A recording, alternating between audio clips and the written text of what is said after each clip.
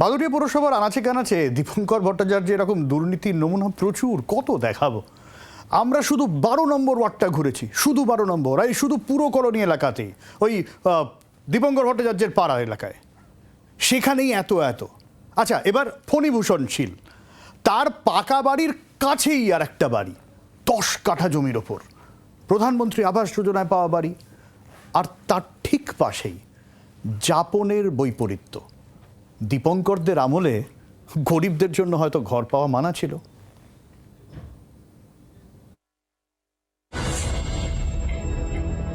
বারো নম্বর ওয়ার্ডে আরও একটা বাড়ির সামনে এসেছি। আমার পেছনে যে মার্বেল দেওয়া বাড়িটা দেখতে পাচ্ছেন, সেটা ফণীভূষণ শীলের বাড়ি। তিনি স্কুল মাস্টার ছিলেন। এটা নিজেদেরই বানানো বাড়ি, কিন্তু তার উল্টো দিকে আমি একটু ক্যামেরাটা ঘোরাই।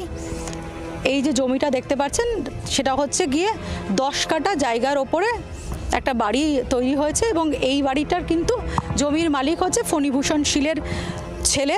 যেটা অসুবিধা, যেটা স্থানীয়দের বক্তব্য, যে ফণীভূষণ শীলের ছেলে, যার 10 কাঠা জায়গা রয়েছে, তিনিও আবাস যোজনাতে বাড়ি পেয়েছেন।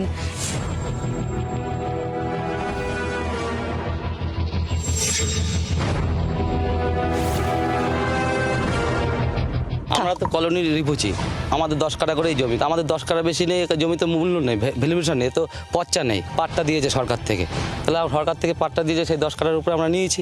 বাবা আলাদা থাকে, আমরা আলাদা থাকি। আপনার বাবার বাড়ি বিশাল বাড়ি এখানে, বাবার বিশাল হতেই পারে, বাবা কষ্ট করে বাড়ি করেছে, আমি আলাদা থাকি, আমি আলাদা সরকারি ঘর নিয়েছি, আবাস যোজনা নিয়েছি। আমি ব্যবসা করি, পোলট্রি ব্যবসা করি। যদিও এলাকাবাসীর দাবি, পুরপ্রধান দীপঙ্কর ভট্টাচার্যের ঘনিষ্ঠ হওয়ার কারণেই ফণীবাবুর সন্তানের এই ঘর প্রাপ্তি। উনি তো এই ঘরেই থাকেন, বাবা মা একসঙ্গেই থাকেন, এবং ওই ঘরটা তো কয়েক বছর হলো নিয়েছে দেখছি। এর আগে ম্যাশ টাশ রাখতো মুরগির, আপাতত দেখছি একটা বিছানা পাতিয়ে রেখেছে, যাতে আপনাদেরকে দেখাতে পারে যে ওই ঘরে ওরা বাস করে।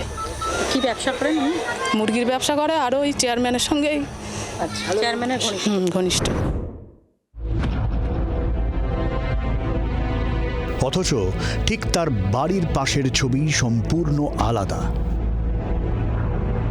তার ঠিক পাশের বাড়ি। আপনারা ছবিতে আর আমাকে কিছু না বললেও বুঝতে পারবেন যে কিভাবে কোনো মানুষ কতটা একেবারে পক্ষপাতিত্ব করলে, কিভাবে কাটমানি নিলে এই রকম ঘটনা ঘটাতে পারে। ছবিটা শুধু দেখুন, এই বাড়িটার অবস্থা দেখুন। তিরপল, প্লাস্টিক যেটা দেওয়া হয়েছে সেগুলো পর্যন্ত ছিঁড়ে গেছে। বাড়ির অবস্থা জরাজীর্ণ। বাড়ির 3 জন বাসিন্দা, আয় প্রায় নেই, উনি প্যারালাইসিস, কিন্তু তারা বাড়ি পাননি। পুরপ্রধানকে ঘুষ দিতে পারেননি অগত্যা? না, 4-5 বার গিয়েছিলাম, বলেছিলাম, সে দেওয়ার জন্য করে।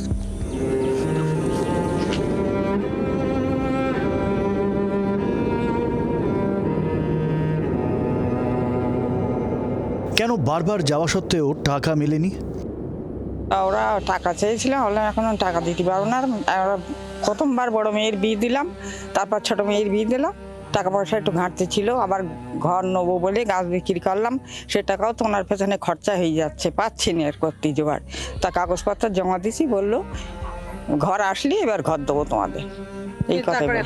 না, সে ঘর এখনো পাই। দুর্নীতি আর সরকারি সুবিধা পাওয়ার এই অদ্ভুত বৈপরীত্য দীপঙ্কর ভট্টাচার্যের এলাকার আনাচে কানাচে এরকম গল্প ছড়িয়ে। বাদুড়িয়া থেকে ক্যামেরায় জয়ন্তর সঙ্গে বিমল ও পিয়ালির রিপোর্ট, জি 24 ঘন্টা। বাংলার আওয়াজ, বাঙালির আবেগ, জি 24 ঘন্টা।